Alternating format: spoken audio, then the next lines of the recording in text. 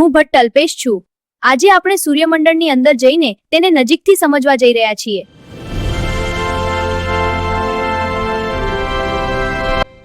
હવે હું સૂર્યમંડળની અંદર પ્રવેશ કરી રહ્યો છું, જ્યાં બધા ગ્રહો સૂર્યની આસપાસ ફરતા હોય છે। આ સૂર્ય છે, જે સૂર્યમંડળનું કેન્દ્ર છે। તે આપણને પ્રકાશ અને ગરમી આપે છે। ચાલો આગળ વધીએ। બુધ સૂર્યની સૌથી નજીક છે અને તેના પછી શુક્ર બહુ તેજસ્વી છે। હવે હું અહીંથી આગળ જઈ રહ્યો છું।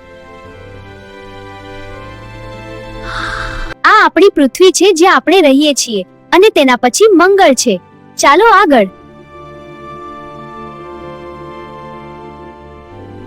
બૃહસ્પતિ એટલે કે ગુરુ અને શનિ બહુ મોટા ગ્રહો છે। શનિના વલયો મને તો બહુ અદ્ભુત લાગે છે।